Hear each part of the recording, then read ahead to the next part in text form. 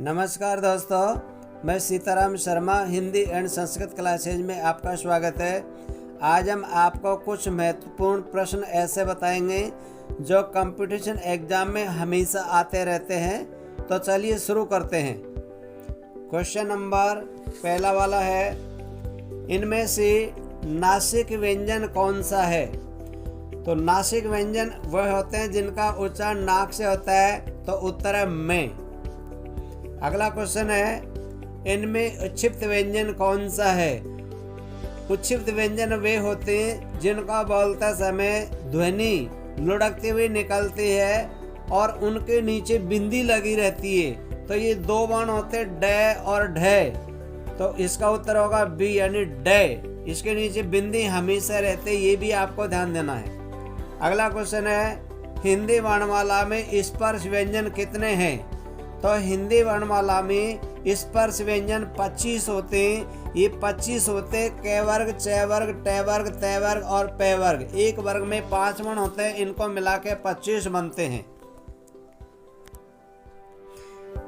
अगला क्वेश्चन है, हिंदी वर्णमाला का 11वां व्यंजन कौन सा है? तो हिंदी वर्णमाला का 11वां व्यंजन ट है। इनको हम क्रम से लगातार देखते रहेंगे। ऐसे इस प्रकार से 5 हो गए क वर्ग का, 5 हो गए च वर्ग का, और ये 11वां हो गया, यानी 5 5 10 हो जाते हैं, ये 11वां हो गया। तो उत्तर होगा ट। अगला क्वेश्चन है, गाय दूध देती है, यह किस प्रकार का वाक्य है? ये वर्तमान काल का वाक्य है। इसका उत्तर है वर्तमान काल। सामान्य सत्य, क्योंकि वर्तमान काल में हमेशा ता है, ती है, ते है वाक्य के अंत में आते हैं, उन्हें कहते हैं वर्तमान काल। अगला क्वेश्चन है, इनमें से पुल्लिंग शब्द बताइए। तो पुल्लिंग शब्द होता है वो है बचपन, क्योंकि पुल्लिंग को पहचानने की ये आपको ध्यान देना है। किसी भी जो शब्द दे रखा उसका वाक्य बना कर देख लो। जैसे उम्मीद होती है, आशा होती है, बेकारी फैली जाती है, लेकिन बचपन होता है, तो ये वाला पुल्लिंग है, इसलिए उत्तर होगा बचपन। अगला क्वेश्चन है, इनमें से किस वाक्य में कर्म कारक है? तो कर्म कारक कर्ता के बाद आता है, तो इसमें हो जाएगा तमाशा देख रही, क्योंकि तमाशा शब्द वो कर्म है, तो यहाँ पर कर्म कारक हो गया डी। अगला क्वेश्चन है, किस वाक्यांश में अधिकरण कारक है? अधिकरण कारक वहां होता है जहां पर में, पे और पर सर्ग होते हैं, कारक के चिन्ह होते हैं, तो इसमें होगा बाग में। तिथि शब्द का बहुवचन है, इसका हो जाएगा तिथियां, सी। अगला क्वेश्चन है, नारी शब्द का बहुवचन रूप क्या होगा?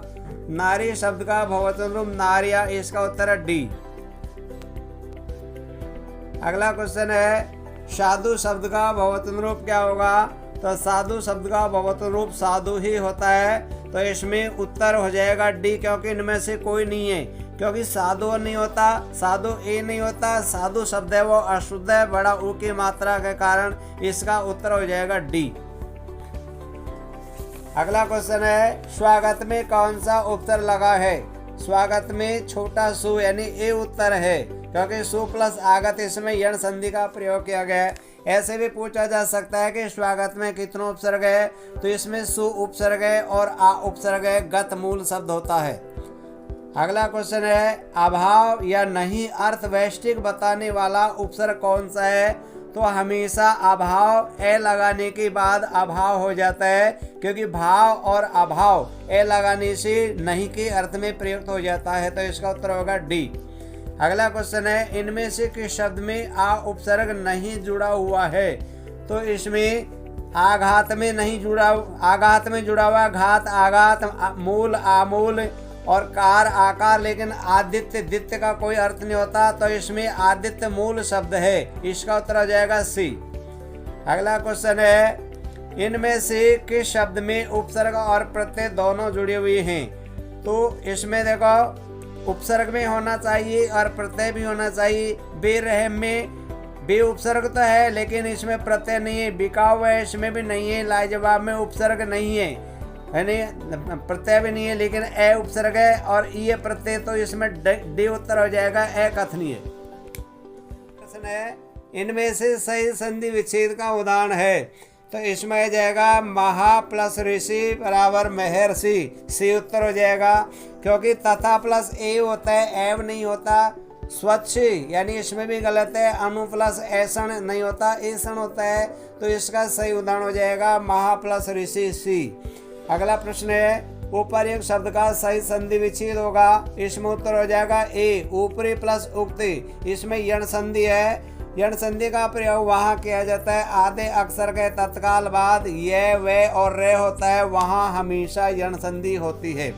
अगला क्वेश्चन है निम्नांकित में से सही संधि युक्त शब्द कौन सा है? तो इसका उत्तर हो जाएगा लघु प्लस उत्तर बराबर लघुत्तर। इसका उत्तर हो जाएगा डी।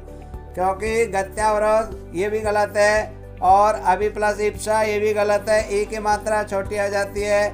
गुरु प्लस उपदेश ये भी गलत है। तो इस प्रकार से इसका उत्तर हो जाएगा लघु प्लस उत्तर और इसमें दीर्घ संधि का प्रयोग किया गया है। अगला प्रश्न है इनमें से किस शब्द में गलत संधि विच्छेद हुआ है? तो इसमें देखो संसद सम प्लस द ये नहीं होता। इसमें षडानन, इसमें हो जाएगा षट प्लस आनंद। इसमें यानी गलत संधि विच्छेद ये हुआ है। और विच्छेद वी प्लस सी सही होगा, दिक प्लस दर्शन से होगा, सम प्लस द सही होगा। तो इसका उत्तर हो जाएगा बी। सड़ा प्लस आनन होता है लेकिन इसमें सेट टे होता है यानी सड़ानन का विच्छेद होगा सट प्लस आनन और इसमें व्यंजन संधि है। अगला प्रश्न है इनमें से किस सामासिक पद का विग्रह गलत है? यथाक्रम, क्रम के अनुसार, यह बिल्कुल सही है। अधमरा, आधा है जो मरा हुआ, यह बिल्कुल सही है। मंत्री परिषद, मंत्रियों के लिए परिषद, ये वाला पंचपात्रम, 5 पात्रों का समाहार। तो इसमें से किस समासिक पद का विग्रह गलत है? तो इसमें हो जाएगा मंत्री परिषद यानी मंत्रियों की परिषद, सी उत्तर। अगला प्रश्न है द्वंद्व समास का उदाहरण नहीं है। द्वंद्व समास का उदाहरण है घर घर, ये नहीं है। कपड़े और लत्ते है, ये सही है। पान तंबाकू ये बिल्कुल सही है। पान और तंबाकू, राग विराग, राग और विराग। लेकिन घर घर इसमें अव्ययभाव समास है। घर घर में हो जाएगा प्रत्येक घर या घर के बाद घर।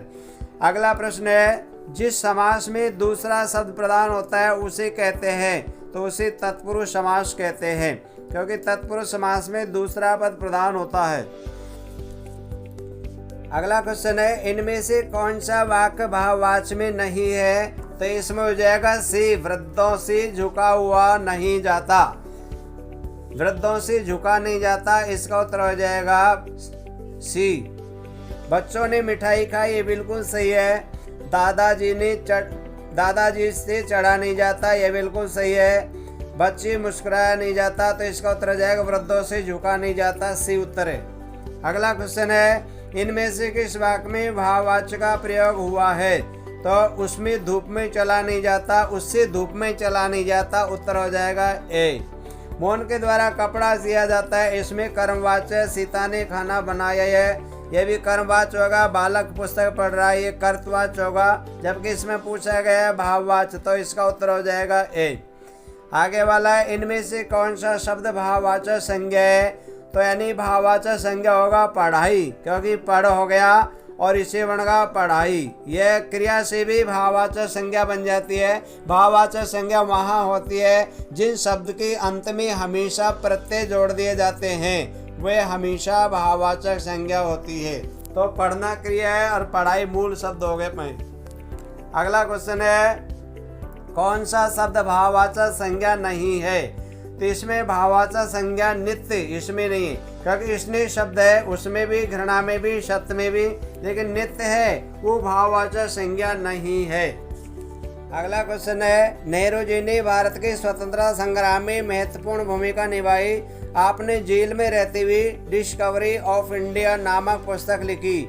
इस वाक्य में रेखांकित पद है, तो इस वाक्य में रेखांकित पद है अन्य पुरुष सर्वनाम है, क्योंकि आप शब्द है वो अन्य पुरुष में आता है, इसलिए अन्य पुरुष और आप शब्द है सर्वनाम है। ऐसे भी पूछ लिया जाता है भाई आप शब्द है वो क्या है? वो सर्वनाम शब्द है। सर्वनाम है तो कौन सा है? अन्य पुरुष है।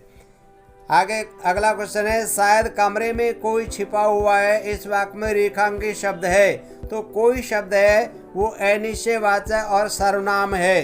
अनिश्चयवाचक सर्वनाम में हमेशा कोई कुछ कहीं शब्दों का प्रयोग किया जाता है। अगला क्वेश्चन है, किस क्रम में प्रश्नवाचक सर्वनाम नहीं है।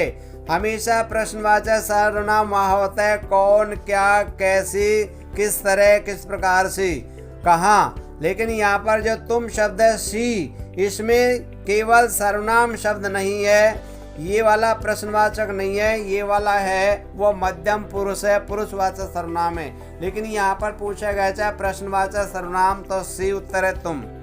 अगला प्रश्न है, किस समूह में सभी सर्वनाम शब्द प्रश्नवाचक है।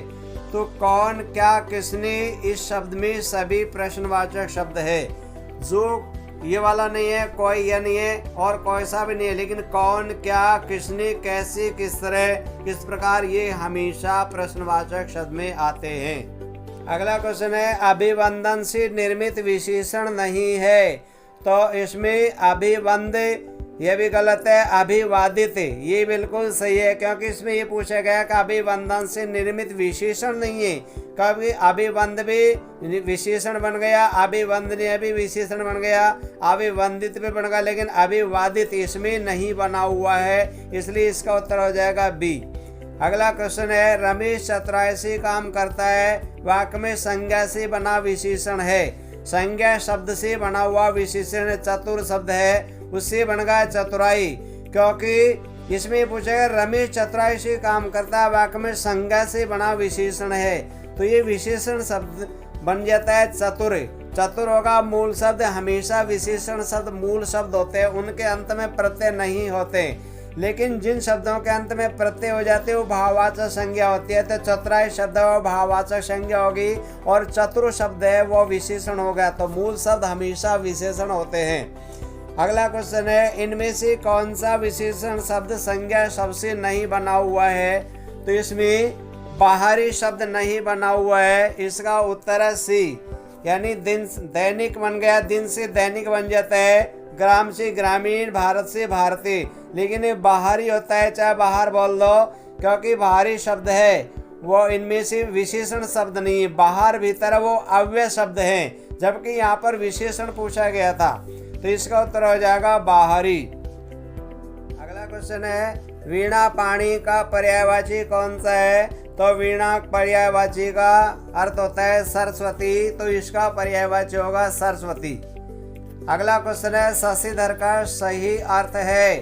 शशिधर का सही अर्थ होता है महादेव, यानी चंद्रमा को धारण करने वाला यह है महादेव।